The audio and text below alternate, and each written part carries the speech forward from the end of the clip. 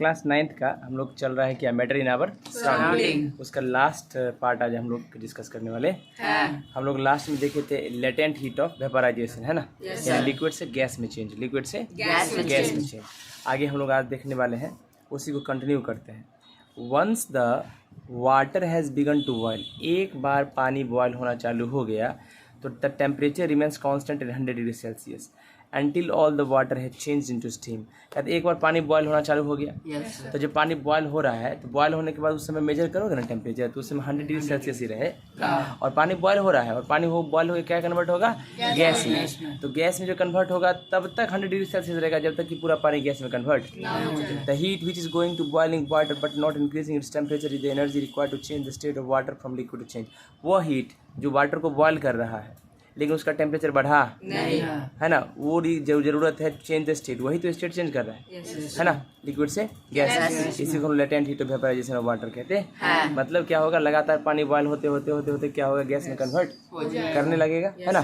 तो वो जो हीट जो क्या करता है, लिक्विड को वाटर गैस में कन्वर्ट कर रहा, वेपर में कन्वर्ट कर रहा, स्टीम में कन्वर्ट कर रहा, वही हीट क्या होता है, लेटेंट हीट ऑफ वेपराइजेशन। चलिए अब डिफिनेशन देते हैं लेटेंट हीट ऑफ वेपराइजेशन का लिक्विड सब्सटेंस के लिए। मतलब कोई भी लिक्विड सब्सटेंस ऐसा ही काम करता। Latent heat of vaporisation is a liquid in the quantity of heat in joules required to convert 1 kilogram of liquid at its boiling point to vapour और gas without any change in temperature. कहता है latent heat of vaporisation liquid का वो quantity है heat का, मतलब उतना heat दे रहे हैं किस में, जूल में देते हैं, ठीक है। वो जरूरत है किससे, कन्वर्ट करने के लिए 1 किलोग्राम अगर मान लीजिए आपका लिक्विड है, उस लिक्विड को आप कन्वर्ट करना चाहते हैं गैस में, तो जितना एनर्जी दे रहे हैं वही लेटेंट हीट ऑफ वेपराइजेशन, ठीक ना। पाया गया एक्सपेरिमेंट से कि 22.5 × 10⁵ जूल जो है हीट जरूरत पड़ता है 1 किलोग्राम पानी को 100 डिग्री सेल्सियस टेम्परेचर पर स्टीम में कन्वर्ट करना। वो स्टीम का भी टेम्परेचर कितना ही रहेगा, 100 डिग्री सेल्सियस। तो हम लोग कह सकते हैं लेटेंट हीट ऑफ वेपराइजेशन जो वाटर का 22.5 × 10⁵ जूल पर किलोग्राम होगा, ठीक है। वी हैव जस्ट सीन किया कि लिक्विड बॉयल होता है तो उसका टेम्परेचर हमेशा सेम रहता है। एक बार बॉयल होना चालू हो गया 100 पर, तो उसके बाद हमेशा 100 ही रहता। The heat energy supply to a boiling liquid is used of in changing the state of liquid substance by overcoming the force of attraction between particle. तो भाई लगातार जो हम हीट दे रहे हैं क्या करता है, वो हीट जो है वो क्या करता है, लिक्विड के पार्टिकल के बीच में इंस्ट्रक्शन है फोर्स का अट्रैक्शन जो है उसको तोड़ने में चल जाता। तो हम कितना भी हीट नीचे से दे रहे हैं वो लिक्विड हमेशा 100 पे है। इसका मतलब जो हम लगातार हीट दे रहे हैं हीट जाता कहाँ है, पार्टिकल के बीच फोर्स ऑफ अट्रैक्शन को तोड़ने में जा रहा है। ये पॉइंट और क्लियर हो जाएगा एग्जांपल से। देखिए हम लोग डिस्कस करते हैं क्यों टेम्परेचर जो है बॉइलिंग वाटर का वो आगे नहीं बढ़ता है, डज नॉट राइज, मतलब और बढ़ता नहीं है जब उसको लगातार हीट देते हैं तर भी। किसके एग्री में, वो वाटर इज लिक्विड सब्सटेंस है, वाटर क्या है, लिक्विड सब्सटेंस। पार्टिकल जो है वाटर का अट्रैक्ट करता है कुछ ना कुछ फोर्स एक दूसरे को। तो ये जो फोर्स ऑफ अट्रैक्शन है जो पार्टिकल को एक साथ बांध के रखता है लिक्विड स्टेट में, है ना। The heat which we supply to water during boiling is used to overcome. ये हीट जो वाटर को क्या करता है, बॉयल करवाता है, और बॉयल करवाने से पहले क्या करता होगा, पार्टिकल के बीच फोर्स ऑफ अट्रैक्शन को तोड़ता भी होगा, पार्टिकल के बीच फोर्स ऑफ अट्रैक्शन को तोड़ता भी तो होगा, ठीक है। तो force of attraction between particles so that they become totally free, ताकि वो पूरा फ्री हो जाए, और फ्री होगा तब ना गैस में कन्वर्ट होगा स्टीम में। ये जो लेटेंट हीट डज नॉट है, तब लेटेंट हीट जो है उसका बढ़ता। Latent heat does not increase the kinetic energy. Latent heat kinetic energy को बढ़ने नहीं देता है, मतलब काइनेटिक एनर्जी को बढ़ने कौन देता है, नॉर्मल हीट, ठीक है ना। और water particles hence no rise in temperature. भाई काइनेटिक एनर्जी बढ़ेगा नहीं तो टेम्परेचर का कोई भी राइज नहीं होगा। अगर हम if you put a little of spirit at back of our hand, हाथ के पीछे पे यानी तलहटी पीस पे अगर थोड़ा सा स्प्रिट हम रखते हैं, है ना, एंड वे थोड़ा सा हल्का हिला दो हवा में, द स्प्रिट इवेपरेट। स्प्रिट क्या होता है, इवेपरेट हो जाता है, यहाँ से स्प्रिट लगाए उड़ जाता है, लेकिन हमारा हाथ ठंडा फील करता है। This is because due to fact, ऐसा इसलिए होता है कि स्प्रिट को जरूरत पड़ता है लेटेंट हीट ऑफ वेपराइजेशन, मतलब उड़ने के लिए लेटेंट हीट ऑफ वेपराइजेशन चाहिए स्प्रिट को। स्प्रिट जानते हो क्या होता है, कभी कभी जैसे मम्मी लोग अलता लगाती है ना, अलता लगाती है, नेल पॉलिश लगाती है, समझते हो ना। नेल पॉलिश को क्या मिटाने के लिए एक लिक्विड रहता है, थिनर स्प्रिट, सब काइंड ऑफ स्प्रिट, ठीक है ना। स्प्रिट का इस्तेमाल करते हैं, थिनर स्प्रिट, समझ रहे हो। स्प्रिट उसी टाइप का होता है, देखते हो कुछ रखोगे स्प्रिट उड़ जाता है, वो उड़ जाता है क्यों, क्योंकि लेटेंट हीट ऑफ वेपराइजेशन चाहिए, उसको मिल जाता है, लिक्विड से वेपर में कन्वर्ट हो जाता है। Spirit takes the latent vaporisation from our hand. तो कहाँ से लेता है लेटेंट वेपराइजेशन, हमारे हाथ से, क्योंकि हाथ से छप गया था, हाथ से लेके उड़ गया, तो हमारा हाथ जो है उसको तो लेटेंट हीट मिल चला गया, तो हमारे हाथ को ठंडा कर देता है। ठीक है। When water changes into steam, जब पानी को स्टीम में चेंज करते हैं ये एब्जॉर्ब करता है लेटेंट हीट। लेकिन व्हेन स्टीम कंडेंस, जब स्टीम को कंडेंस करते हैं वाटर बनाने के लिए, उल्टा जब पानी को गर्म करते हैं तो स्टीम बनता है। स्टीम बनने के लिए क्या करता है पानी, लेटेंट हीट और वेपराइजेशन लेता है। उल्टा अगर हम मान लो कि स्टीम को कंडेंस करते हैं तो वाटर बनता है। तो जितना अमाउंट हम वाटर से स्टीम बनाने में दिए थे उतना ही अमाउंट जब स्टीम से वाटर बनाएंगे तो निकल जाए, ठीक है, उतना ही अमाउंट लेटेंट बाहर निकल जाए। It has been found that burns caused by steam are much more severe than those caused by boiling water. कभी कभी देखते हो गर्म पानी में उंगली डालते हैं तो डलता, लेकिन जब मम्मी रोटी बनाती है उस रोटी में जब फूला रहता है रोटी उसमें उंगली घुस जाता है तो क्या होता है? मान लो कि गर्म पानी में उंगली घुसा के निकाले तो कुछ नहीं होता है, लेकिन जब भात खदकते रहता है, भात जब बनते रहता है और बॉयल होता है टोकना में, ऊपर जो वेपर निकलता है उस वेपर में उंगली डालते हैं तभी जल जाता है, राइट। ऐसा क्यों होता है? जबकि पानी भी 100 डिग्री सेल्सियस पे हो लेटे और स्टीम भी 100 पे है, ऐसा क्यों होता है? सुनिए ध्यान से। Both of them are same temperature पर रहता है, फिर भी क्यों सीवियर होता है? सीवियर जलन बर्न क्यों होता है? मतलब स्टीम से हमको जल जाता है लेकिन पानी से जलता नहीं। This is due to fact that steam contains more heat. Steam के पास ज़्यादा हीट नहीं रहता है। कैसे भाई? स्टीम जो होता है वो कन्वर्ट होता है 100 डिग्री सेल्सियस पे, और उसके बाद भी तो उसमें लगातार तो सप्लाई देते रहे हीट का। हीट का जो सप्लाई देते हैं हीट जाता क्या है? उसी के फोर्स ऑफ अट्रैक्शन को तोड़ने में चला जाता है, तो रहता तो उसी के अंदर है, राइट। दूसरा बस लेटेंट हीट भी तो ले लेता है वो। लेटेंट हीट वो लेके ना आगे बढ़ता है, हीट से तो कन्वर्ट होगा ही नहीं। तो लेटेंट हीट का भी एनर्जी और उसका भी एनर्जी, उससे स्टीम जो है उसके पास ज़्यादा एनर्जी रहता है और बॉइलिंग वाटर के पास कम रहता है, इसीलिए उससे ज़्यादा जलता है। सर ना? समझ में आया? चलिए, latent that boiling. So when the steam falls our skin, जब स्टीम वाष्प हमारे हाथ पे लगता है and condense to produce water, it gives two इतना joule per kilogram more heat than boiling water at the same temperature. मतलब जब हमारे पास स्टीम हाथ में सब सटता है तो हमारे हाथ का 22.5 इंटू 10⁵ जूल पर केजी हीट जो है हमारे हाथ का वो निकाल देता है, तब ना कंडेंस होगा। और हमारे हाथ को वो ठंडा करना चाहता है ना, मतलब गर्म कर देता है, उतना गर्म कर देता है। Since steam gives out more heat, जो ज़्यादा हीट निकाल देता है बॉइलिंग वाटर से, it causes more severe burn, इसीलिए ज़्यादा जलन देता है। एक्सप्लेन करते हैं why steam better than boiling water in heating purpose. तुम देखते हो रेलवे में स्टीम इंजन का इस्तेमाल किया गया है, बॉइलिंग इंजन का नहीं। स्टीम इंजन क्या हो, क्योंकि स्टीम में देखते हो जब टोकना पे प्लेट रख देती है मम्मी, स्टीम की वजह से वो प्लेट क्या होता है ऊपर उठ जाता है। तो वो जेम्स वाट जो था, दोनों भाई मिलके जेम्स वाट का वाट इंजन था ना, जेम्स वाट का जो स्टीम इंजन था रेलवे में चलता था, वो स्टीम इंजन का आविष्कार, क्योंकि स्टीम में ज़्यादा हीट रहता है और स्टीम के पास कैपेसिटी होगी हैवी वेट को भी उठा देता, इसीलिए स्टीम को क्या किया गया था, जेम्स वाट जब बनाया था, राइट बंधु कौन बनाया था? जेम्स वाट बनाया था।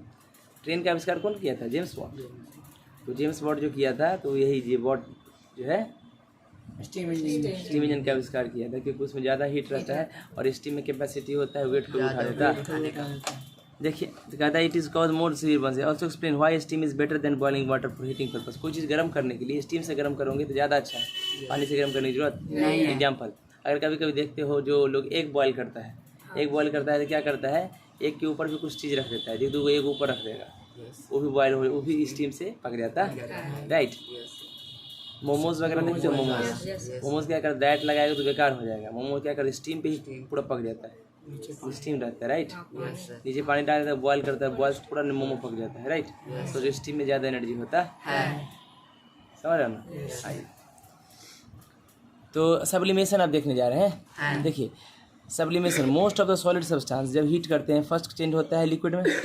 भाई सॉलिड को जब हीट करते हैं तो क्या चीज़ में कन्वर्ट होता है? लिक्विड में। और फिर लिक्विड को कन्वर्ट करते हैं वेपर में। ये जो वेपर है जब कूल करते हैं पहली बार तो क्या बनता है? लिक्विड। और फिर उसके बाद कूल करते हैं तो क्या बनता है? सॉलिड। लेकिन कुछ सॉलिड जो है, कुछ सॉलिड सब्सटेंस जो होता है डायरेक्टली वेपर में कन्वर्ट हो जाता है गर्म करने, और फिर मतलब गर्म करोगे ना डायरेक्टली वेपर ही बन जाएगा। और अगर मान लो उसको ठंडा करोगे तो डायरेक्ट सॉलिड बन जाएगा, बिना पास की लिक्विड में बन भी नहीं करता है। कैसे? Changing of solid directly into vapour, heat करने पर, and vapour into solid cool करने पर, इसी को सब्लिमेशन कहते हैं। ये क्वेश्चन कौन पूछा था?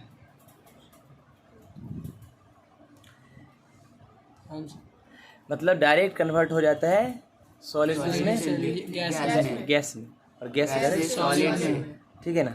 इसी प्रोसेस को सब्लिमेशन मतलब सॉलिड से डायरेक्ट वेपर में बदल के हीट करने पर और वेपर से कूल करने पर सॉलिड बन जाता है।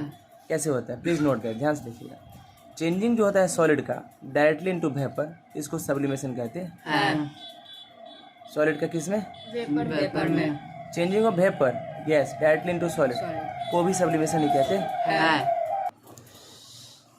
देखिए सॉलिड आयोडीन है, लेकिन जैसे ही गर्म करोगे तो आयोडीन वेपर में बन जाता है। देखिए ध्यान से, सॉलिड आयोडीन सब्लाइम्स हो जाता है। सब्लाइम मतलब सब्लिमेशन करता है जब हीट करते हैं, मतलब सॉलिड आयोडीन डायरेक्ट कन्वर्ट हो जाता है वेपर में।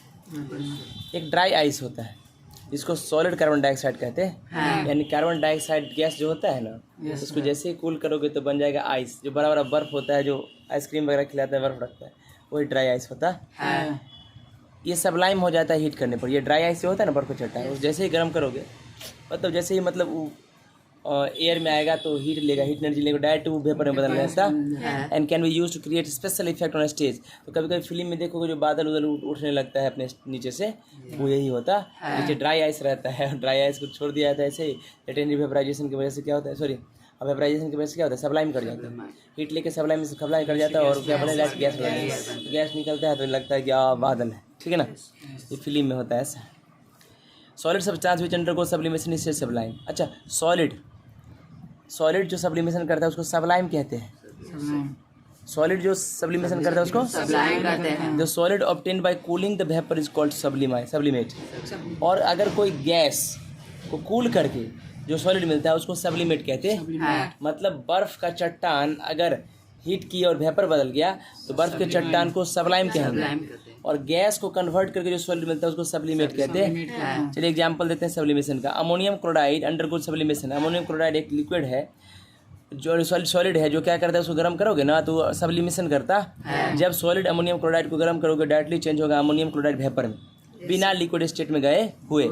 जब हॉट अमोनियम क्लोराइड वेपर को कूल करोगे, जब हॉट अमोनियम क्लोराइड वेपर को कूल करोगे तो फिर डायरेक्टली वो सॉलिड अमोनियम क्लोराइड में कन्वर्ट हो जाएगा बिना लिक्विड से पास किए। Sublimation occurs only in few substance. सब सब्सटेंस सब्लिमेशन करता नहीं है। So is a rare process. ये रेयर प्रोसेस है, मतलब बहुत कम होता है। अब common substance which undergo sublimation. कुछ कॉमन सब्सटेंस है जो सब्लिमेशन करता है। अमोनियम क्लोराइड तो देख ही लिए, आयोडीन तो देख ही लिए, कैम्फर, कपूर को जैसे ही आग लगाते हो सॉलिड रहता है, लेकिन जब डायरेक्ट गैस में कन्वर्ट हो जाता है। नेफ्थलीन मतलब फिनाइल का गोली, बाथरूम वगैरह में फिनाइल का गोली रहता है ना। ओडोनिल देखते हो, ओडोनिल सॉलिड रहता है ना, लेकिन जैसे एयर के कांटेक्ट में आता है वेपराइज कर जाता है। एंड एंथ्रासिन, ये सब जो है क्या करता है, सब्लिमेशन प्रोसेस करता है। When these solids are heated, जब इनको गर्म करोगे है ना, पार्टिकल्स मूव सो क्विकली, इसका पार्टिकल इतना तेजी से मूव करता है और सेपरेट हो जाएगा और वेपर बना देता है। और जब ये वेपर को कूल करोगे तो फिर इसका पार्टिकल स्लो डाउन होकर क्विकली और फिक्स हो जाएगा और फिर सॉलिड बना देता है, ठीक है। अनदर एग्जांपल सब्लिमेशन का provide by solid carbon dioxide. दूसरा सॉलिड कार्बन डाइऑक्साइड भी जो होता है वो भी सब्लिमेशन करता है। यानी सॉलिड कार्बन डाइऑक्साइड को हीट करोगे डायरेक्ट वेपर बदल जाएगा और वेपर को डायरेक्ट कूल करोगे सॉलिड कार्बन डाइऑक्साइड में बदल जाता है। इसको ड्राई आइस भी कहते हैं। हम पूछेंगे बताओ ड्राई आइस किसको कहते हैं, solid carbon dioxide, right. Solid carbon dioxide और ड्राई आइस सब्लाइम, ये सब्लाइम कर जाता है और कार्बन डाइऑक्साइड गैस बना देता है। चलिए फॉर फॉर्म एक्सपेरिमेंट करते हैं, डिमोन्स्ट्रेट करते हैं सब्लिमेशन अमोनियम क्लोराइड का। देखिए हम लोग क्या करेंगे, एक अमोनियम क्लोराइड चाइना डिश के अंदर ले लेंगे। क्या ले लेंगे, चाइना डिश के अंदर अमोनियम क्लोराइड। चाइना डिश मतलब बर्तन होता है ना। And place the China dish को प्लेस कर देंगे on a tripod stand. Tripod stand पे चाइना डिश को हम लोग प्लेस कर दी, राइट, है ना। जो China dish is covered with an inverted glass funnel. इसको इन्वर्टेड उल्टा ग्लास फनल से, मतलब ये तो ग्लास फनल है उल्टा, है ना, इसे ऊपर ढक दिए। Loose cotton plug is put in the upper open end of the funnel to prevent the ammonium chloride vapours from escaping into the atmosphere. कहता है उसके ऊपर एक कॉटन का, रुई का प्लग लगा दिए। मतलब रुई का एक प्लग, मतलब रुई का एक कपड़ा डाल दिया, कपड़ा टाइप का बना के रुई डाल दी। क्यों डाल दिए रुई, ताकि इसका अमोनियम वेपर जो निकलेगा वो डायरेक्ट उस पर बाहर ना निकल जाए, ठीक है।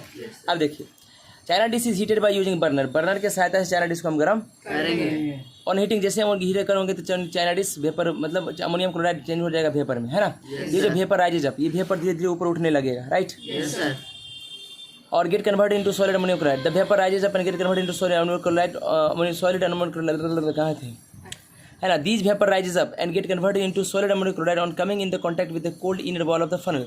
अब क्या होगा, ये जो सॉलिड अमोनियम क्लोराइड था हीट किए तो वेपर बदला, लेकिन ऊपर तो ठंडा रहेगा फनल। तो ये ऊपर जो ठंडा था ना, ये ट्यूब ठंडा था, ये वेपर तो बदला, लेकिन वेपर जैसे ही इस ट्यूब के संपर्क में आया ना, ये इसके साथ संपर्क ठंडा होने लगा, और ठंडा होने लगा वापस से सॉलिड अमोनियम क्लोराइड में कन्वर्ट भी होने लगा ऊपर की तरफ। ये सॉलिड अमोनियम क्लोराइड है ना। इस तरीका से अमोनियम क्लोराइड कलेक्ट भी किया जा सकता है इनर साइड ऑफ फनल से in the form of sublimate and can be removed. फिर तो देखो ये तो सब्लाइम कर गया, ये सब्लिमेट है जो तो बूंद बूंद दिख रहा है ना, ये क्या था, नीचे से वेपर गया ऊपर, यस सर, और ये वेपर इसके संपर्क में आके ठंडा हो गया यस सर, और फिर सब्लिमेट बन गया, तो फिर इसको आप निकाल भी सकते हैं कि सॉलिड मिल जाए। समझ में आया? एक ही साथ दो प्रोसेस हो रहा। चलिए, मैनी हाउस होल्ड, घर में स्मॉल नेपथलीन, छोटा छोटा नेपथलीन बॉल्स यानी फिनाइल के गोले जो है रखा जाता है, स्टोर्ड वुलन कपड़ा वगैरह में रखा जाता है, एंड सिल्क क्लॉथ में, रेशम में कपड़ा में, to protect from attack of moths मतलब कीड़ा मकोड़ा, दीमक वगैरह लग जाता है उसे बचाने के लिए, और दूसरे कीड़े मकोड़े। It is notice that naphthalene balls disappear, naphthalene में रखोगे ना कुछ दिन बाद वो गायब हो जाएगा, है ना, विदाउट लिविंग एनी रेसिड्यू, कुछ भी वहाँ छूटता नहीं है, कुछ भी डस्ट उसको नहीं छोड़ेगा। क्यों? ये जो बीकेज नेपथलीन बॉल्स अंडर को सब्लिमेशन कर लेता, नेपथलीन बॉल्स कीप ऑन फॉर्मिंग नेपथलीन बनाते रहता है वेपर्स, नेपथलीन वेपर्स बनाते रहता है धीरे धीरे, कुछ डिसिपेट्स जो एयर में गायब हो जाता। We can now show the interconversion between the 3 states, और हम लोग 3 स्टेट्स का इंटर कन्वर्जन भी देख सकते हैं सॉलिड लिक्विड गैस का with help of states of matter triangle एक होता है, उसके हिसाब से आप समझ सकते हैं। देखिए ये नेपथलीन बॉल्स इसी तरह का ना होता है, टॉयलेट वगैरह में रखा रहता है, धीरे धीरे वो गायब हो जाता है, ऐसा होता है वो लिक्विड बन जाता है? नहीं, ऑर्गेनिक कंपाउंड है जो सब्लिमेशन करता। आपके पास देखिए स्टेट्स ऑफ मैटर ट्रायंगल है, यहाँ स्टेट्स ऑफ मैटर का चार्ट देखे तो ये, और यहाँ स्टेट्स ऑफ मैटर का ट्रायंगल क्या है, ट्रायंगल है। देखिए ध्यान से कैसे ट्रायंगल है। देखो सॉलिड को अगर यहाँ देखो यहाँ से एरो गया है, मेल्ट कराओगे तो लिक्विड बन जाएगा। अच्छा, लिक्विड को इवेपोरेशन कराओगे तो बॉयल कराओगे गैस बन जाएगा। अच्छा, गैस को सब्लिमेशन कराओगे तो सॉलिड बन जाता है। सॉलिड को सब्लिमेशन कराओगे डायरेक्ट गैस बन जाएगा। गैस को कंडेंस कराओगे तो लिक्विड बन जाएगा, और लिक्विड को फ्रीज करोगे तो सॉलिड बन जाएगा। समझ में आया? इसको स्टेट्स ऑफ मैटर ट्रायंगल कहते हैं। आप एक ही तरीका से जितना पढ़े पीछे का सब ध्यान में रख सकते हैं। इस ट्रायंगल को याद रखिए, इस ट्रायंगल को याद रखिए, इस ट्रायंगल को याद रखिए, कोई दिक्कत? देखिए ध्यान से वापस से सॉलिड से देखो एरो ऐसे गया ऊपर वाला, सॉलिड को मेल्ट किए तो लिक्विड को फ्रीज किए तो लिक्विड को इवेपोरेट किए, एरो इधर गया है, बॉयल किए तो गैस बन गया, गैस को कंडेंस किए तो लिक्विड बन गया, गैस को सब्लिमेशन कराए तो सॉलिड बन गया, सॉलिड को सॉल्यूशन कराए तो। बहुत इंटेलिजेंट हो तुम लोग।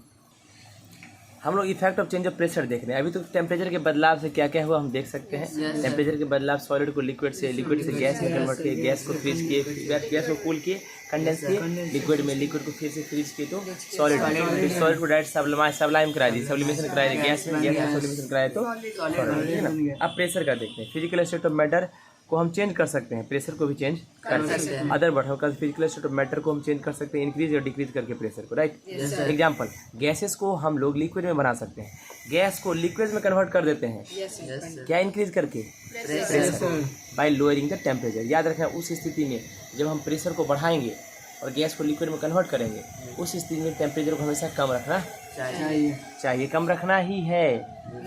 मतलब क्यों? क्योंकि टेम्परेचर कम रहेगा तो जितना टेम्परेचर कम होता है उतना चीज़ें नज़दीक आती और लिक्विफाई होती। टेम्परेचर बढ़ाओगे, एक तरफ प्रेशर डालोगे, टेम्परेचर बढ़ाओगे प्रेशर, उसका काइनेटिक एनर्जी ज़्यादा रहेगा, वो नज़दीक आएगा ही नहीं।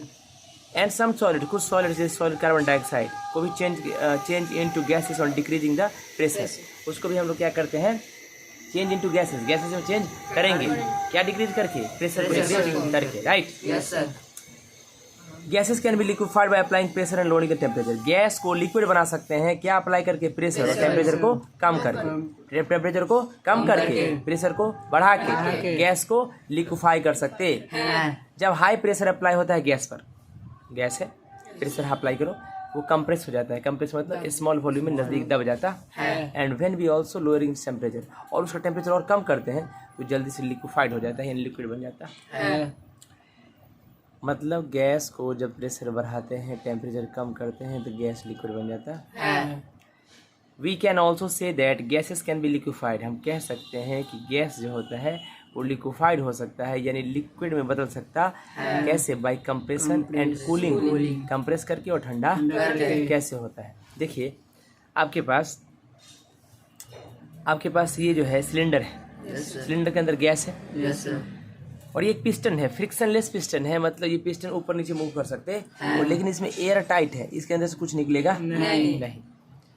By applying high pressure, pressure ऊपर से दबाएंगे तो प्रेशर बढ़ेगा। पार्टिकल जो है गैस का ब्राउट सो क्लोज, गैस का पार्टिकल दूर था, जिसको दबाएंगे तो नीचे आएगा तो नज़दीक आएगा पार्टिकल, और दबाएंगे तो और नज़दीक आएगा, और जब लास्ट में पूरा दब जाएगा तो देखो इतना नज़दीक आ जाएगा कि ये गैस अब लिक्विड बन जाए।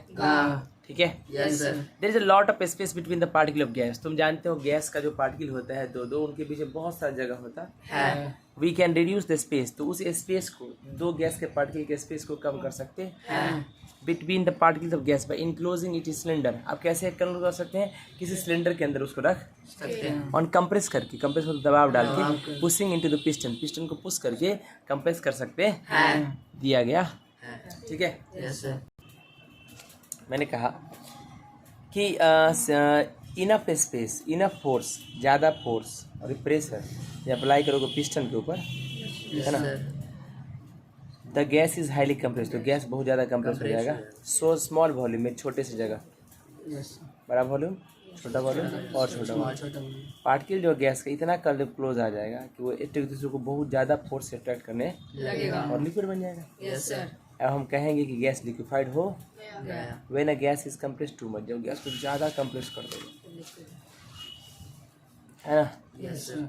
Then the heat is produce due to compression, तो दो दबाव करोगे तो हीट जो प्रोड्यूस होगा कंप्रेशन में, क्या प्रोड्यूस होगा? हीट, है ना, बाहर निकल जाता है। Yes sir.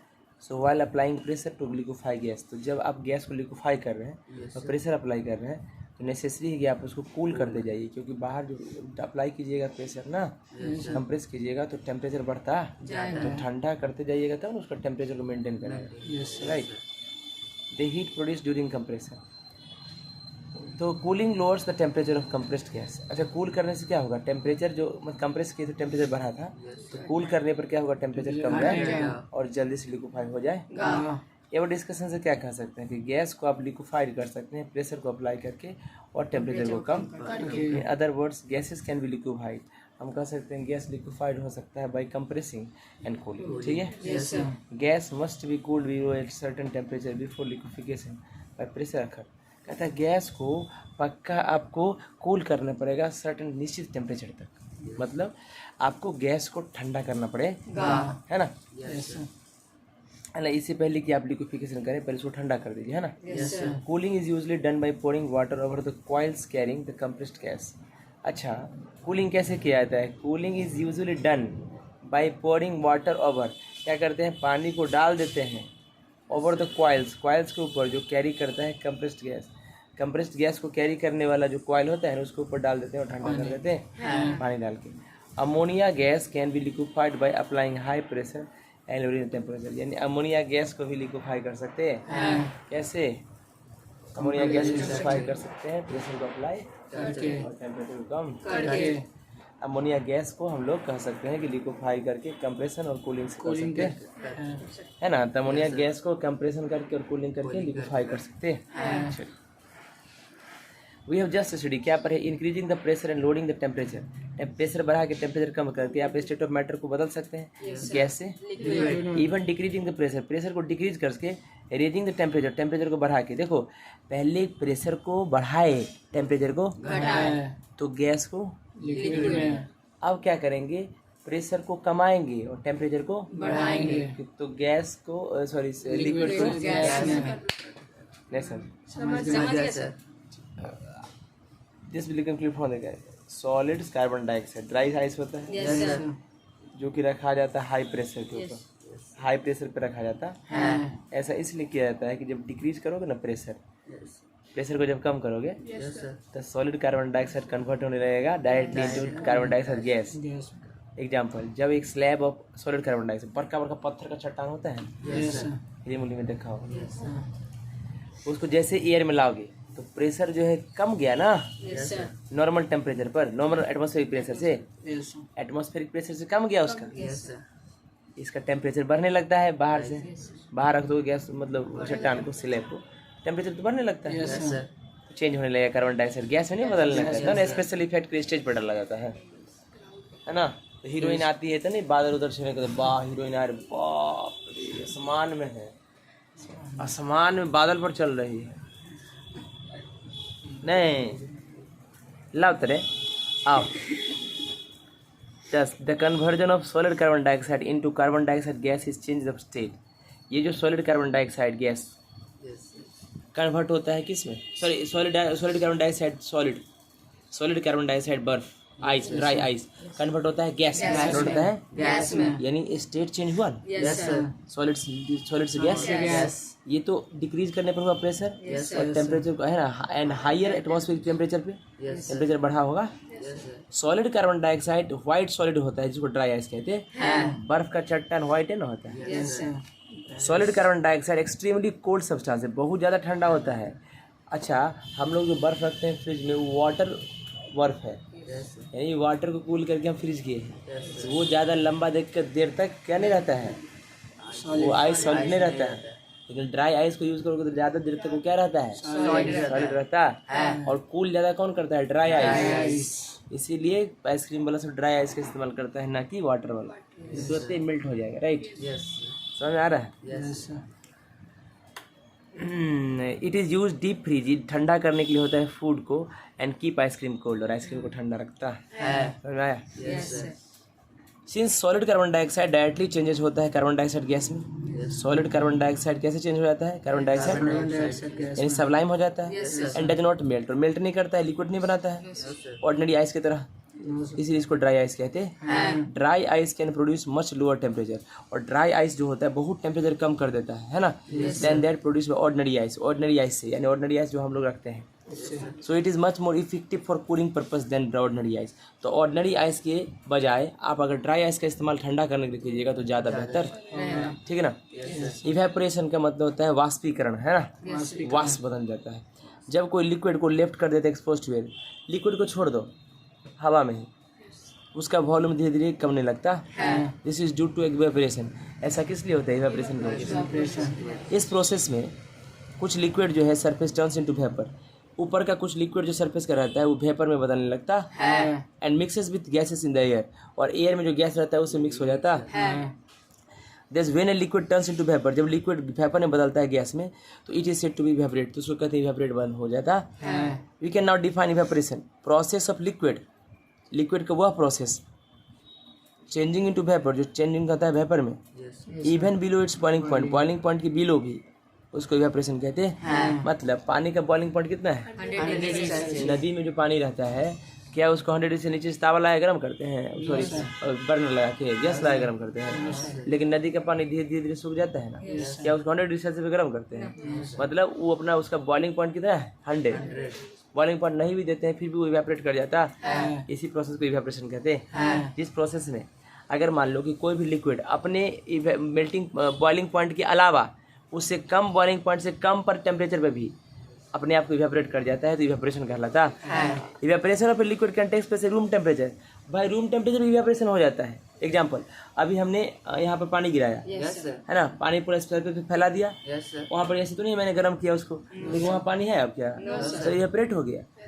तो जरूरी नहीं कि 100 डिग्री सेल्सियस टेम्परेचर पे पहुँचेगा फिर तभी इवेपोरेट करेगा, उससे पहले भी इवेपोरेट कर सकता है। अब कैसे इवेपोरेट करता है वो भी बता रहे हैं, कोई दिक्कत। चलिए देखिए कहाँ थे हम लोग। Evaporation of liquid can takes place even room temperature पे भी हो जाता है, though it is faster at higher temperature. हाँ, रूम टेम्परेचर पे धीरे धीरे होता है, लेकिन टेम्परेचर जब ज़्यादा होता है तो वो फास्ट हो जाता, मतलब इवेपोरेशन टेम्परेचर बढ़ाने पर तेज हो जाता। Whatever be the temperature कुछ भी हो, at which evaporation takes place, जिस पे इवेपोरेशन हो जाए, latent heat of vaporisation must be supplied whenever a liquid change into vapour. जरूरी नहीं कि 100 डिग्री सेल्सियस टेम्परेचर पर ही लिक्विड वेपोराइज करेगा और वो सॉलिड से लिक्विड से गैस में जाएगा, इसका मतलब उस समय लेटेंट हीट मिल रहा होगा।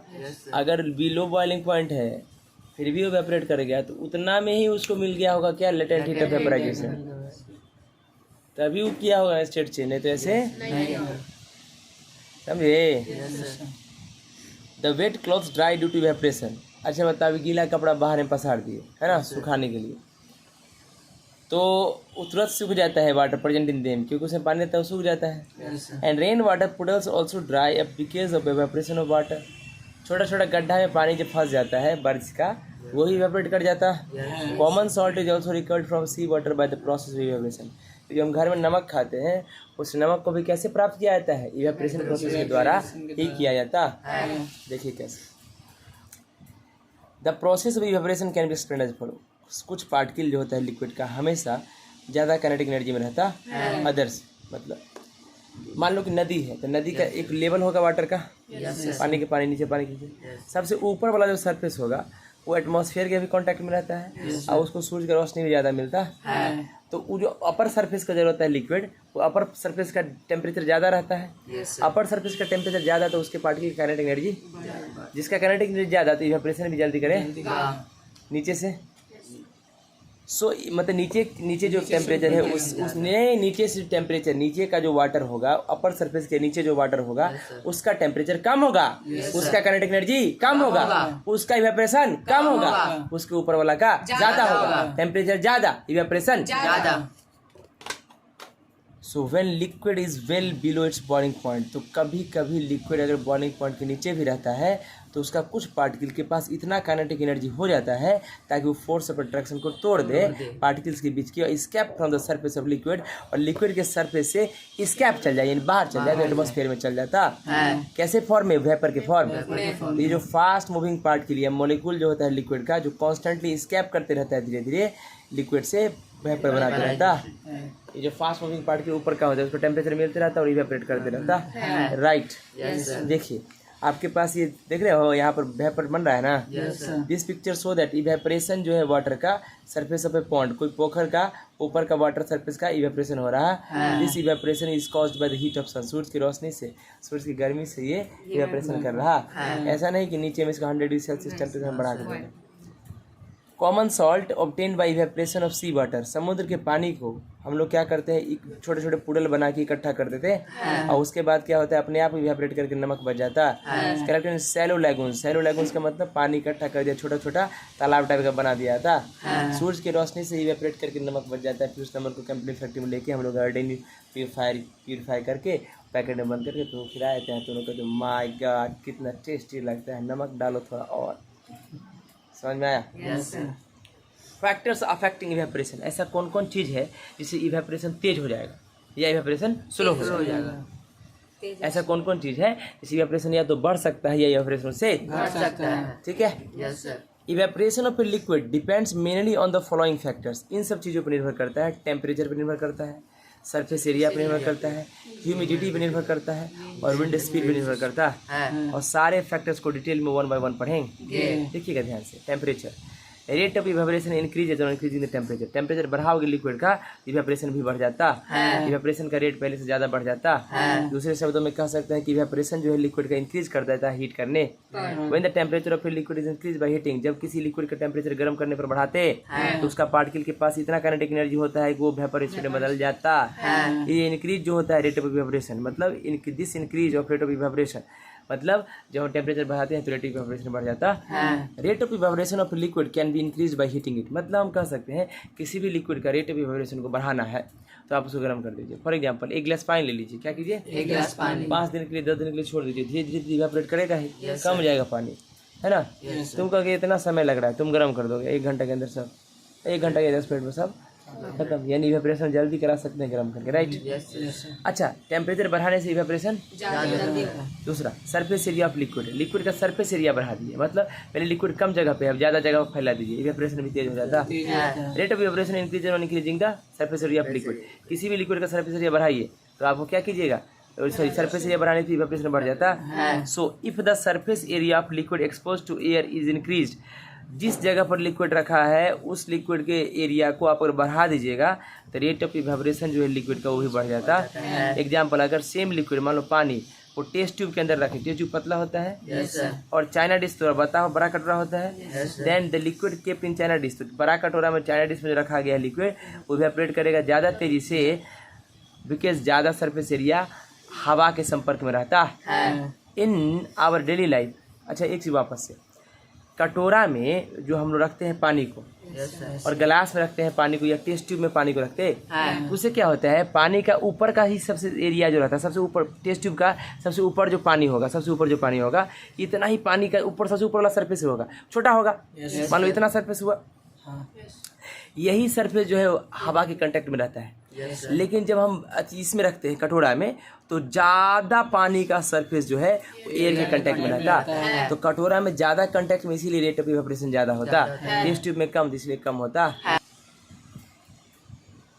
कहता है कि इवेपोरेशन जो है सरफेस एरिया, मतलब in our daily life we spread our washed with cloth while drying to increase their surface area for the rapid evaporation of water present in them. हम लोग क्या करते हैं, अपने कपड़ा को फैला देते हैं, है ना, गीले कपड़ा को ड्राई होने के लिए, है ना, to their surface area for the rapid evaporation. देखो तो कपड़ा को नज़दीक रखोगे तो लेट से सूखता है, फैला देते हैं ऊपर झाड़ के, जल्दी सूख जाता है।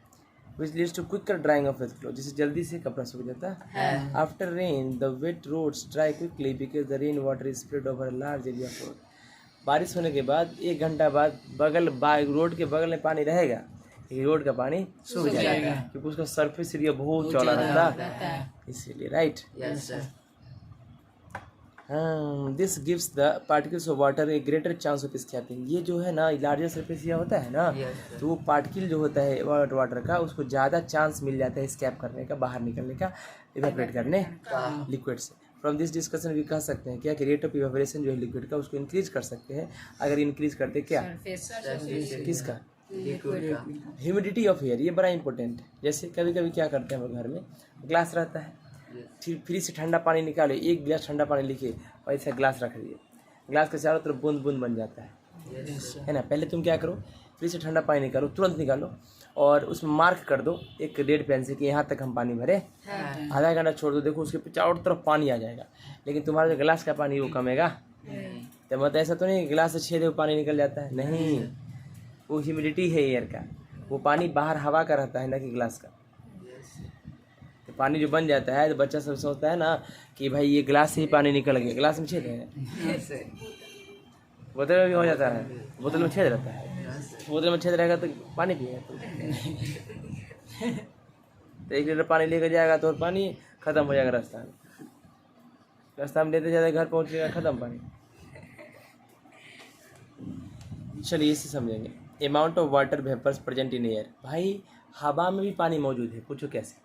ये जो पानी हमारा जो वातावरण का, एटमॉस्फेयर का, नदी नाला तालाब पोखर, ये गड्ढा उड्ढा का जो पानी इवेपोरेट करता है वो कहाँ जाता है, हवा में रहता है। फिर एयर होता है तो रेन होता है तो फिर नीचे आ जाता है, ये हवा में रहता है, एयर में ट्रैप रहता है, एयर मॉलिक्यूल्स के साथ ही वो घूमते रहता है, एक वो दिखाई देता, जो वेपर है वो भी गैस है, तो गैस पार्टिकल के साथ मिक्सअप होकर घूम रहा है। हमारे आसपास ये सब जगह पानी है।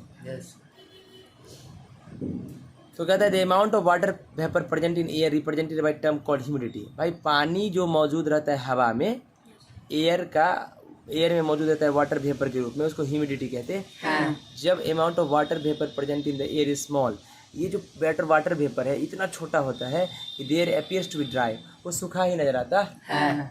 एंड वी से दैट कि द ह्यूमिडिटी इज लो, तो हम कहते हैं ह्यूमिडिटी लो है। मतलब मान लो कि कभी कभी बहुत गर्मी पड़ रहा है, क्या पड़ रहा है, बहुत गर्मी पड़ रहा है, और हम लोग क्या लगता है कि थोड़ा सा हवा बह रहा नहीं है। उस स्थिति में क्या होता है, उस समय जो होगा ना टेम्परेचर की वजह से वो जो एयर पार्टिकल्स होगा, यानी वेपर, गैस वेपर, ये वाटर वेपर का पार्टिकल बहुत छोटा हो जाता है, तो लगभग वो ड्राई होता है। क्या होता है, ड्राई होता है। तो हम लोग कहते हैं ह्यूमिडिटी कम है, ह्यूमिडिटी कम है। जब अमाउंट ऑफ वाटर वेपर यानी पानी का वेपर एयर में ज़्यादा होता है तो देन एयर अपीयर्स, तो हवा महसूस होता है डैम्प, गीला गीला हवा महसूस होता है। एंड वी से दैट, और हम कहते हैं कि ह्यूमिडिटी हाई है। सो ह्यूमिडिटी एयर का बताता है कि डिग्री ऑफ डैम्पनेस को, एयर में ह्यूमिडिटी ही डैम्पनेस को बताता है। अगर पानी का वाटर वेपर का मात्रा ज़्यादा और डैम्पनेस ज़्यादा, वाटर वेपर का पार्टिकल छोटा तो dampness, humidity come, humidity come. When the humidity of air is low, जब एयर का ह्यूमिडिटी लो रहेगा तो रेट ऑफ इवेपोरेशन हाई रहेगा। कैसे, हवा में पानी कम है तो हवा तो ड्राई है, उस स्थिति में ज़्यादा गर्मी है, तो इवेपोरेट होने का चांस ज़्यादा है। समझ रहे हो। And water evaporates more readily, और उस समय वाटर तेजी से इवेपोरेट करता है। समझ में आया। मतलब अगर वर्षा के दिन में पानी जल्दी सूखता है गड्ढा उड़ा का, क्यों, क्योंकि वर्षा में इतना ना पानी होता है कि पहले से एयर में पानी ज़्यादा है, तो ड्राई नहीं डैम्प एयर है, तो उसका पहले से टेम्परेचर कम है, तो ड्राई है एटमॉस्फेयर ड्राई है तो इवेपोरेशन कम होगा। नया under these conditions sweat from our body evaporates readily and we feel cool and comfortable. जब इवेपरेशन ज़्यादा होता है, गर्मी के दिन में इवेपरेशन ज़्यादा होता है, इसीलिए जब पसीना हमारा बॉडी से गर्मी से ज़्यादा निकलता है और हम पंखा में जाते हैं तो इवेपरेशन भी जल्दी होता और हम लोग को ठंडा भी लगता। इसीलिए गर्मी में दौड़ के हम पंखा में आते ताकि हमारे बॉडी का पसीना इवेपरेट कर जाए।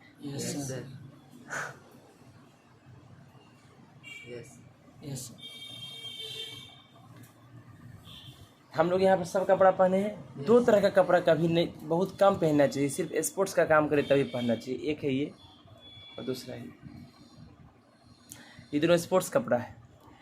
इसके बॉडी में जितना ही पसीना निकल रहा है वो पसीना सब ड्रॉपलेट से बन गया होगा, इसका बॉडी कूल ही नहीं हुआ कभी। पूछो क्यों? ये जो कपड़ा है, ये स्पोर्ट्स कपड़ा है, ये पसीना को एब्जॉर्ब करता है। तो हमें हमेशा गर्मी के दिनों में कौन सा कपड़ा पहनना चाहिए? कॉटन है, कॉटन है, कॉटन है, कॉटन है।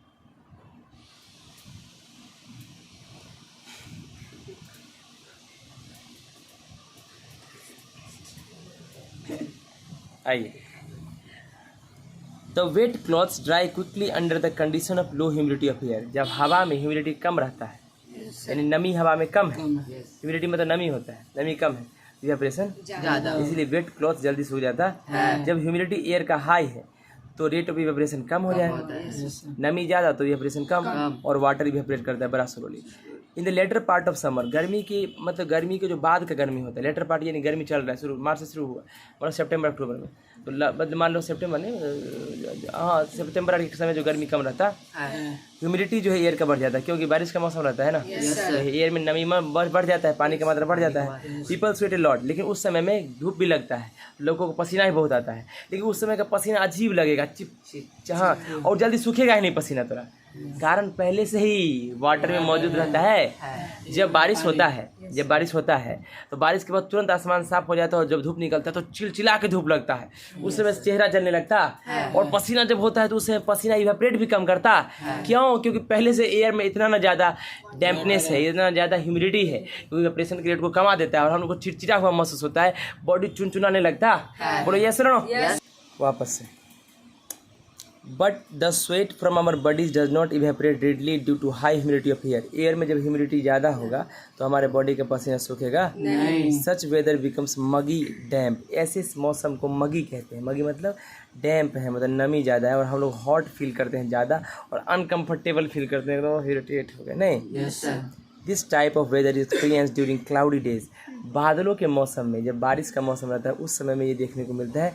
रेनी सीजन में एंड एरियाज क्लोज टू सी, या फिर ऐसी एरिया में नज़र आता है ऐसा मौसम जो सी समुद्र के नज़दीक हो, कोस्टल एरियाज में, तटीय क्षेत्र में।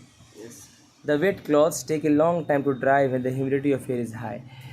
जब ह्यूमिडिटी, बरसात के दिन में कपड़ा लेट से सूखता है, बात सही है, क्योंकि ह्यूमिडिटी ज़्यादा होता है। ठंडा के दिन में और ह्यूमिडिटी होता है तो ठंडा दिन में कपड़ा एक एक सप्ताह में सूखता है। कोई जैकेट वगैरह साफ़ कर दो, एक सप्ताह तो वो टांगली रहेगा, राइट। इसलिए देखते हो कपड़ा आदमी फीसता ही नहीं, हटाओ, गंदा ही पहनेंगे, राइट, गंदा नहीं पहनना चाहिए। अभी हम लोग देखें सरफेस एरिया बढ़ाने से इवेपोरेशन बढ़ा, टेम्परेचर बढ़ाने से इवेपोरेशन बढ़ा, ह्यूमिडिटी बढ़ गया तो इवेपोरेशन कम गया, ह्यूमिडिटी कम गया तो इवेपोरेशन। अब विंड स्पीड देखेंगे, हवा से भी तो सूख जाता है कपड़ा। ये देखो, rate of evaporation of liquid increases.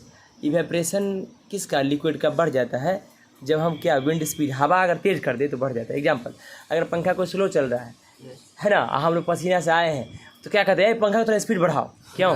ताकि हमारे बॉडी का पसीना जल्दी से इवेपोरेट। कैसा पंखा लगा दियो, एकदम दिमाग ही काम नहीं करता, इतना स्लो चलता है ये, इसकी स्पीड बढ़ाओ।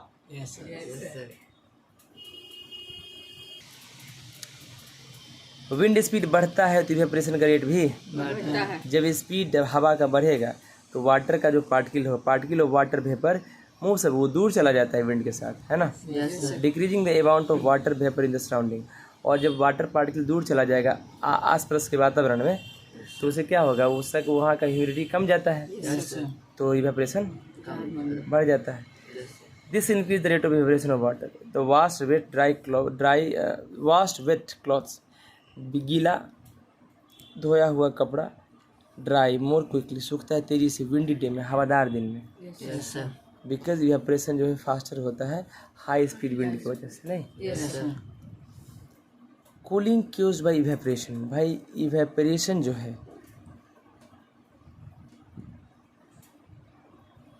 ना, Yes, sir. Cooling caused by evaporation. Cooling caused by evaporation, evaporation की वजह से ठंडा भी चीज़ें होती हैं। कैसे देखिए, हम लोग अभी पहले ही पढ़े हैं लिक्विड इवेपरेट कर जाता है नहीं, Yes, sir. तो it must be supply latent heat vaporisation. अगर कोई लिक्विड वेपराइज करता है तो उसको लेटेंट हीट चाहिए ना। Yes, sir. Cooling caused by evaporation is based on fact that when a liquid evaporates, it draws the latent heat of vaporization from anything which it touches. Cooling caused by evaporation का मतलब है कि जब कोई liquid evaporate करता है तो वो लिक्विड पक्का लेटेंट हीट ले लेता है ऐसी चीज़ों से जिसको वो टच कर रहा हो। बाय लूजिंग हीट, और वो जो चीज़ जिसको टच करता है वो चीज़ क्या करता है, अपना हीट लूज कर देता है और खुद ठंडा हो जाता है। राइट। जैसे हम अपना हाथ पे स्पिरिट रखे थे, स्पिरिट क्या हुआ, हमारे बॉडी का क्या ले लेता है, हीट। वो तो इवेपरेट कर जाता है, लेटेंट हीट मिल गई Yes, sir. हमारे बॉडी को वो, और जितना दूर पर लगाएंगे उतना दूर ही ठंडा। Keeping this point in mind, हम एग्जाम्पल देते हैं कूलिंग कॉज वेपरेशन का। देखिए, if you put a little of spirit, हम इथेनॉल या पेट्रोल अपने हाथ पे रखे बैक ऑफ आवर हैंड पे भी दे रहा हूँ, थोड़ा सा ऐसे हिला देंगे, स्पिरिट जो है इवेपरेट कर जाएगा repeatedly, our hand feel cool, very cool, और हाथ हमारा ठंडा महसूस करें। ऐसे इसलिए हुआ। Change from the liquid to vapour state, क्या हुआ, लिक्विड से वेपर में बदलाव। स्पिरिट रिक्वायर लेटेंट हीट, भाई लिक्विड से वेपर में बदलने के लिए स्पिरिट को लेटेंट हीट चाहिए। Yes, sir. Latent heat vaporisation चाहिए। स्पिरिट ले लेता है लेटेंट हीट वेपराइजेशन हमारे हाथ से, और हाथ लूज कर देता है हीट और खुद ठंडा हो जाता है। ये एग्जांपल है कूलिंग कॉज बाय वेपरेशन का। हॉट समर, गर्मी के दिनों में water is usually kept in earthen pot, मिट्टी के बर्तन में हमेशा पानी रखा जाता है, पीचर जिसको कहते हैं सुराही या मटका में, राइट, Yes, sir. ठंडा रखने के लिए। चलिए देखते हैं क्यों ऐसा। Let's see how it gets cooled, देखते हैं कैसे मिट्टी के बर्तन में पानी ठंडा होता है। Earthen pot has large number of extremely small ports, जो मिट्टी का बर्तन होता है उसके अंदर ना दिखने वाला करोड़ों ऐसा छोटा छोटा छेद होता है, ना दिखने वाला छेद होता है, करोड़ों छेद होता है मिट्टी के बर्तन में, ना दिखने वाला करोड़ों छेद होता है, ना दिखने वाला ऐसा लगता है कुछ चारों तरफ से पैक है, लेकिन उसके हल्का हल्का बहुत बहुत ही पतला छेद होता है, करोड़ों छेद होता है पूरा घड़ा में, राइट, इन इट्स बॉल्स, उस घड़ा की दीवार में। Some water we continuously keep seeping through this pores, और कुछ कुछ पानी हमेशा इस छेद से सीप होते रहता है, यानी बाहर निकलते रहता है, धीरे धीरे निकलते रहता है टू द आउटसाइड पोर्ट, बाहर निकलते रहता है पोर्ट के बाहर। दिस वाटर इवेपरेट, यही पानी इवेपरेट करता है, चेंजेस इनटू वेपर, वेपर में बदलता कंटिन्यूसली लगातार, and takes the latent heat required for vaporisation from the earthen pot and the remaining water. अच्छा, वो पानी बाहर आ जाता है, वो पानी क्या करता है, बाहर के एटमॉस्फेयर से संपर्क में रहता है, और वो क्या करता है, इवेपरेट हो जाता है लेटेंट हीट लेके। लेटेंट हीट किस लेता है, घड़ा से, घड़ा से लेटेंट हीट लेके उड़ जाता है। बाहर जो घड़ा के बाहर जो पानी रहता है उसको इवेपरेट होना है, तो जिसको टच करेगा उसी से लेगा लेटेंट हीट। टच करता है वो घड़ा को, तो घड़ा से ले लिया लेटेंट हीट, उसको लेके उड़ गया वो, तो घड़ा को क्या कर दिया, ठंडा, घड़ा को हीट कर दिया, घड़ा को, जिसको टच करता है उसे लेटेंट हीट लेके उड़ गया वो, तो जिसको बचा, जिसको ठंडा कर दिया, जिसको टच कर रहा था, इसीलिए घड़ा में पानी ठंडा रहता है, और ये हमेशा ठंडा होते रहता है। समझ लो, नेचुरल फ्रीज है।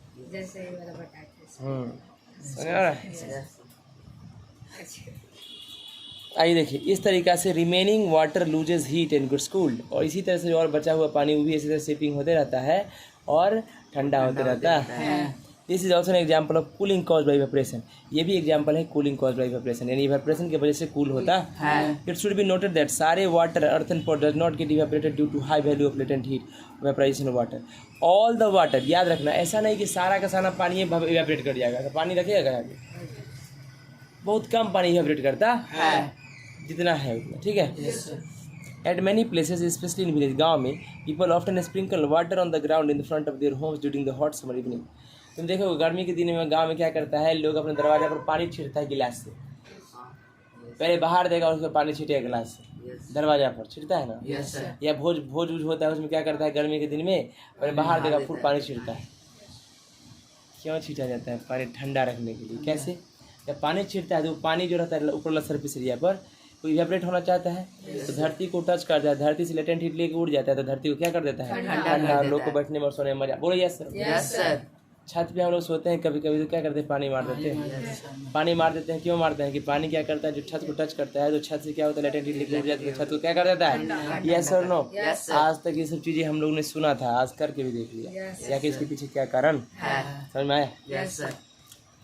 तो ये जो वाटर इवेपोरेट कर जाता है, लार्ज लेटेंट हीट इवेपोरेशन किससे, ग्राउंड से लेके और एंड सराउंडिंग एयर से भी ले लेता है। बाय लूजिंग हीट लूज करके जो प्लेस होता है, ये जगह होता है, ठंडा हो जाता है और कंफर्टेबल लगता है। Please note that water वेपराइजिंग from leaves of tree also cools the surrounding air. पेड़ का पत्ता फोटोसिंथेसिस करता है और पेड़ के पत्ता में भी वाटर मौजूद रहता है। पेड़ का पत्ता भी क्या करता है, हीट लेता है एटमॉस्फेयर से। पेड़ का पत्ता क्या करता है, पेड़ के पत्ता के आसपास, पेड़ के पत्ता के आसपास, पेड़ के पत्ता के ऊपर के सतह पर क्या रहता है, वाटर। और वो क्या करता है, पेड़ के पत्ता को टच करता है, उसे लेटेंट हीट लेके इवेपोरेट कर जाता है। तो पेड़ के पत्ता के नीचे क्या होता है, ठंडा महसूस होता है, इसीलिए लोग पेड़ के नीचे खटिया लगा सोता है गर्मी में। आम के बगीचे में हमेशा लोग क्या करता है, खटिया लगा के सोता है, बड़ा ठंडा ठंडा महसूस होता है और गाना गाता है, सावन के झूलों ने मुझको बुलाया, मैं पर समझ रहा ना। चलिए आगे बढ़ते हैं। ओके, परस्पायरेशन में देखने जा रहे हैं। परस्पायरेशन का मतलब होता है स्वेटिंग, पसीना निकलना, ठीक ना। Perspiration is our body method of maintaining a constant temperature. मतलब हमारे बॉडी से लगातार पसीना निकल रहा है, ये बहुत अच्छी बात है। इसलिए होता है ताकि हमारे बॉडी का टेम्परेचर को मेंटेन कर सके ऑन ए हॉट डे, गर्मी के दिन में, और after doing some physical exercises, या कुछ शरीर का एक्टिविटी करने से। When our body temperature tends to rise too much, जो हमारे शरीर का टेम्परेचर बहुत बढ़ जाता है, our sweat glands gives out moisture. तो हमारे बॉडी के अंदर स्वेट ग्लैंड्स हैं, वो हमेशा क्या देता है, मॉइस्चर, नमी छोड़ता, यानी नमी छोड़ता है, यानी क्या छोड़ता है, पसीना छोड़ता है स्किन से। When this sweat evaporate, ये जब इस स्किन से पसीना छोड़ता है और ये जो स्वेट इवेपोरेट होता है, it takes the latent heat to vaporisation, हमारे बॉडी से लेटेंट वेपराइजेशन ले लेता है और हमारे बॉडी को ठंडा रखता है। तो पसीना निकलना बहुत जरूरी है कि नहीं? Yes sir. चल, कोई दिक्कत? No sir. We should wear cotton cloth in hot summer days. हमेशा गर्मी के दिनों में कॉटन कपड़ा ही पहनना चाहिए, टू कीप कूल, हमेशा ठंडा और कंफर्टेबल रहने के लिए। तो आज के बाद कभी भी स्पोर्ट्स कपड़ा गर्मी के दिन में पहनना, इलास्टिक कपड़ा पहनना, प्लास्टिक का कपड़ा पहनना, जब भी पहनेंगे कॉटन का कपड़ा पहनेंगे। 100-150 रुपये V2 में टी शर्ट देता है, ले लो, और मस्त मस्त टी शर्ट सब आया है, पहनो। यस और यस, समझाया। लेकिन ये सब उल्टा सीधा कपड़ा, this can be explain as follow. चलिए इसको एक्सप्लेन करते हैं। We get a lot of sweat, पसीना, हम लोग को बहुत ज़्यादा पसीना निकलता है बॉडी से गर्मी के दिनों में, राइट। नाउ कॉटन एक गुड एब्जॉर्बर है। कॉटन क्या करता है, एब्जॉर्ब कर लेता है पसीना को। So it absorbs the sweat from our body, था हमारे बॉडी को ये एब्जॉर्ब कर लिया कपड़ा, and expose to it in the air. हमारे बॉडी में कपड़ा अगर एब्जॉर्ब कर लिया पसीना, पसीना क्या करता है, सॉरी, कपड़ा क्या करता है, पसीना को एब्जॉर्ब कर लिया, खुद भीग गया, और ये भीगने के बाद तो कपड़ा तो बहुत फैला हुआ है, सरफेस एरिया ज़्यादा है इसका, और ये बाहर एयर के कांटेक्ट में है, तो ये क्या करता है, हमारे बॉडी से पसीना ले लिया और इवेपोरेट कर दिया, और लेटेंट हीट ले लिया हमारे बॉडी का, इवेपोरेट कर दिया और हम लोग को समझ में आया। इवेपोरेशन ऑफ दिस स्वेट, ये जो पसीना है इसको इवेपोरेशन होता है और बॉडी कूल हो जाता है। सिंथेटिक क्लॉथ जो पॉलिस्टर का बनता है etcetera do not absorb much sweat, ये स्वेट को एब्जॉर्ब नहीं करता, so they fail to keep our body cool in summer. तो ये फेल हो जाता है हमारे बॉडी को कूल करने में गर्मी के दिनों में। ये फेल हो गया, ये फेल हो गया क्या, पॉलिस्टर का कपड़ा। ए fan increases the rate of evaporation of sweat, पसीना को जल्दी से इवेपोरेट करा देता है फैन, पंखा, मॉइस्चर को फ्रॉम आवर स्किन, हमारे स्किन से, और हम लोग को फील कराता है कूल और कंफर्टेबल। यानी पसीना भी, पंखा भी रेट ऑफ इवेपोरेशन को बढ़ा देता है, राइट। चलिए देखो, the cooling in desert room, the cooling in a desert room cooler is caused by evaporation of water. गर्मी के दिन में कूलर हमारे घर में लगा रहता है, डेजर्ट कूलर जो पीछे लगा रहता है घर के पीछे सब खिड़की उड़की में, राइट। क्या करता है, desert cooler cools better on a hot and dry day. Desert cooler कभी ठंडा में चलाते हो, कभी गर्मी में चलाते हो, और गर्मी में चलाते हो डेजर्ट कूलर के चारों तरफ देखते हो छोटे छोटे छेद जाली रहता है बना, ठीक है, और वो हवा के कांटेक्ट में भी रहता है। Because the higher temperature on a hot day, जिस दिन ज़्यादा गर्मी रहता है वो इंक्रीज कर देता है इवेपोरेशन ऑफ वाटर का, इवेपोरेशन ज़्यादा बढ़ा देता है, and the dryness of air जो लो ह्यूमिडिटी रहेगा एयर का वो इंक्रीज करता है रेट ऑफ इवेपोरेशन को, ठीक है ना, वाटर का। Due to increase rate of evaporation को बढ़ा देता है वाटर का। एक डेजर्ट रूम कूलर जो है ज़्यादा कूल करता है बेटर हॉट और ड्राई डे में, हॉट और ड्राई डे में, राइट। Yes sir. देखिए ध्यान से, इट इज़ कॉमन ऑब्जर्वेशन, ये सामान्य घटना है, that we are able to sip hot tea, जब हम गर्म चाय पीते हैं, और milk faster from a saucer than from a cup. Saucer मतलब प्लेट में अगर शुरू के पियो तो ज़्यादा ठंडा हो जाता है, और हम कप में पीते तो गर्म रहता है। इसलिए कुछ बुजुर्ग लोग देखोगे वो चाय क्या करता है, कप में डाले, कप से क्या करता है, प्लेट में डाल के सॉसर में डाल के पीता, ठीक है। This can be explain follow, saucer के पास लार्ज सरफेस एरिया होता है, due to large surface area saucer का इवेपोरेशन जो हॉट टी का फास्टर हो जाता है, और फास्टर इवेपोरेशन जल्दी से हॉट टी को ठंडा कर देता है और उसको पीने के लिए कन्वीनियंट बनाता है, यानी सुविधाजनक बनाता है, राइट। अच्छा, वाटर वेपर हवा में है कि नहीं, इस बात को साबित करना है। हम लोग प्रूफ करने जा रहे हैं, शो करने जा रहे हैं कि प्रेजेंस है कि नहीं, क्या वाटर वेपर कहाँ, हवा में। हम अभी बोले थे कुछ देर पहले कि वाटर वेपर हवा में है, हमारे आसपास है, कैसे पता चलेगा। There is always some water vapour in the air around us, हमारे आसपास जितना वातावरण है उसमें कुछ न कुछ पानी मौजूद रहता है, वाटर वेपर रहता है जिसको हम देख नहीं सकते। The amount of water vapour in air keeps on changing, ये वाटर वेपर हमेशा बदलते रहता है, वो मौसम के हिसाब से होता है। Water vapour comes into the air, water vapour आता है एयर में फ्रॉम इवेपोरेशन, कैसे आता है, इवेपोरेशन से। हवा में पानी तभी आएगा, हवा में पानी का ड्रॉपलेट तभी आता है जब इवेपोरेट करता है पानी, जो पोखर में, मतलब लेक्स में, रिवर्स में, ओशंस में रहता है। Yes sir. Water vapour is also given out by plants by process of transpiration, मतलब प्लांट जो है, प्लांट का पत्ता वगैरह जो है वो भी ट्रांसपायरेशन करता है, मतलब अपने वाटर को वो भी इवेपोरेट करता है, वो भी एटमॉस्फेयर में ही जाता है। Yes sir. तो इवेपोरेशन फ्रॉम लीव्स, पत्ता से। Animals gives out water vapour when they breathe, कभी कभी देखोगे जानवर, गाय वगैरह का देखोगे नाक के पास वाटर ड्रॉपलेट्स जम जाता है, वो भी सांस छोड़ता है, तो सांस से वाटर ड्रॉपलेट्स निकलता है, वो वाटर ड्रॉपलेट्स भी कहाँ चल जाता है, एटमॉस्फेयर में। Land also gives water vapour on being warmed by sun, सूरज की गर्मी से धरती माता भी गर्म होती है, और गर्म होने की वजह से क्या होता है, धरती के अंदर जो पानी है वो इवेपोरेट करके कहाँ जाता है, एयर में। तो ये सब पानी तो एयर में चला गया, एयर में चला गया, तो एयर में तो वाटर है, ये है, वाटर वेपर है ही, लेकिन इस बात को साबित करना है exactly. All this water vapour goes into air around अस, ये सब एयर में चला गया हमारे चारों तरफ। अब हम डिस्क्राइब करते हैं, एक्सपेरिमेंट से दिखाते हैं कि वाटर वेपर जो है प्रेजेंट होता है एयर में। चलिए देखते हैं। The presence of water vapour in air can be shown by the following experiment, ये जो वाटर वेपर एयर में मौजूद है कि नहीं, इसको एक्सपेरिमेंट से दिखाते हैं। We take a steel tumbler, हम लोग स्टील का ग्लास लेते हैं, पुट सम क्रस्ट आइस, उसमें वेल क्रस्ट हमें 4 के आइस को उसके अंदर डाल देंगे। वाइप द टम्बलर, ग्लास के चारों तरफ से हम क्या करेंगे, कपड़ा से पोंछ देंगे, है ना। Yes sir. Outside with a piece of clean dry cloth से, so dash to make it outer surface complete dry, ताकि उसका चारों तरफ बाहर का सरफेस मतलब ड्राई हो जाए, सूख जाए। Allow the ice containing steel tumbler to stand distributed for 5 minutes, वो जो ग्लास जिसमें रखे हो क्या आइस क्रश करके 5 मिनट के लिए छोड़ दो उसको। Large number of tiny droplets of water appears on the outer surface of steel tumbler, तुम देखो एक बहुत छोटा छोटा पार्टिकल जो है पानी का उस स्टील ग्लास के चारों तरफ फैल जाता है। दिस हैपेंस एज फॉलो, ऐसा क्यों होता है, एयर जो स्टील टम्बलर के कंटेंस वाटर, ये जो स्टील टम्बलर है उसके बगल में भी तो एयर रहता है, हवा तो हर जगह है, उस एयर जो सटा हुआ रहता है, वो सटा हुआ एयर यानी वाटर वेपर, ग्लास जो ठंडा रहता है उसके संपर्क में आता है, वेपर्स इन इट, मतलब उसके चारों आसपास रहता है water vapour. When these water vapor comes in contact with the cold outside surface of steel tumbler, ये स्टील के ग्लास के बाहर में सटता है जो ये वाटर वेपर, ठीक है ना, जो ग्लास ठंडा रहता है, दे कंडेंस। हम पढ़ाए थे क्या कि अगर आपको वाटर वेपर से कन्वर्ट करके लिक्विड लाना चाहते हैं आपको कंडेंस करना पड़ेगा, ठंडा करना पड़ेगा। तो वही गिलास भी तो ठंडा है, उसके आसपास जो वाटर वेपर है उसके कांटेक्ट में आएगा तो भी ठंडा हो जाएगा, कंडेंस हो जाएगा, और कंडेंस में क्या बन जाएगा, liquid. To form tiny droplets of liquid water, तो लिक्विड वाटर तो बन जाएगा। So the formation of drops of water, ये जो पानी का बूंद बना आउटसाइड सरफेस पे, किसके, टम्बलर के, गिलास के जो क्रस्ट आइस रखा हुआ है, शो करता है कि पानी भैया वाटर वेपर मौजूद है एयर में। ये गिलास का पानी नहीं होता जो बाहर निकल जाता है। भाई अभी तक हम लोग पढ़े सॉलिड, लिक्विड और स्टेट, 3 फिजिकल स्टेट पढ़े हैं, 2 और होता है, 2 मोर स्टेट्स ऑफ मैटर होता है, एक होता है प्लाज्मा और एक होता है बोस आइंस्टाइन कंडेंसेट। हमारे इंडिया के बोस और आइंस्टाइन साहब दोनों मिलकर ने एक बनाया था, ठीक है।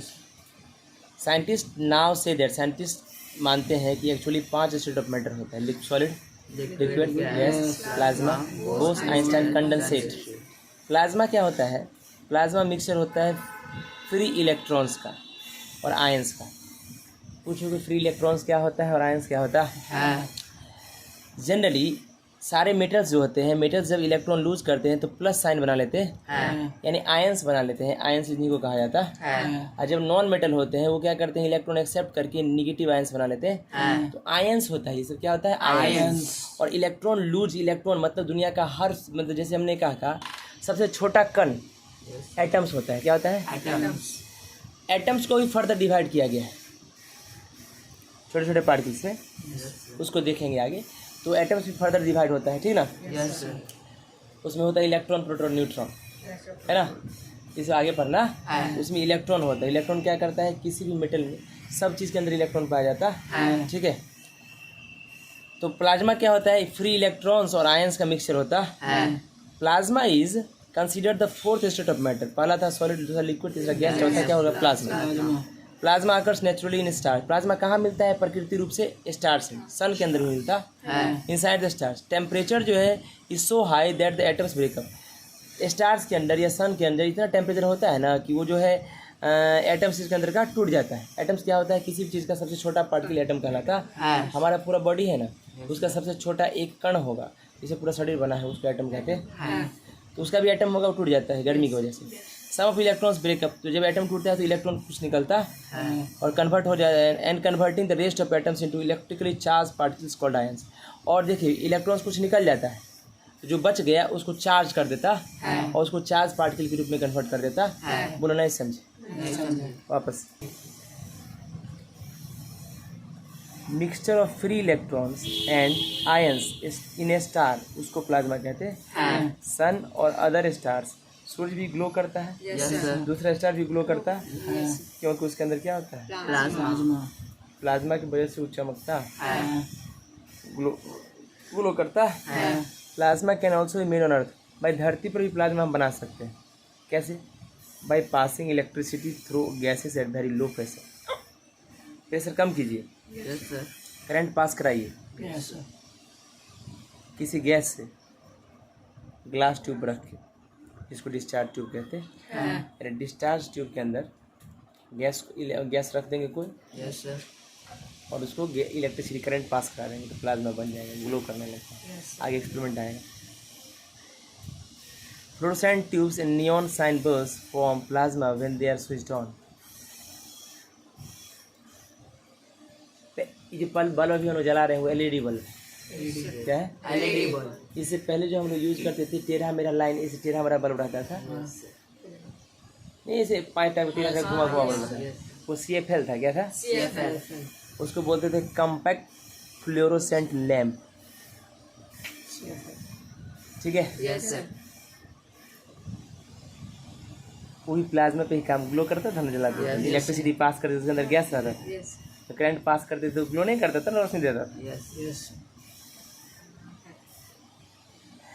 कभी कभी तुम देखता होगा कोई कोई रेस्टोरेंट खोलता है, बड़ा बड़ा होटल होता है, तो अभी तो ऐसा चल रहा है, मान लो बल्ब लगा देता है अंदर में, पहले ऐसा नहीं था।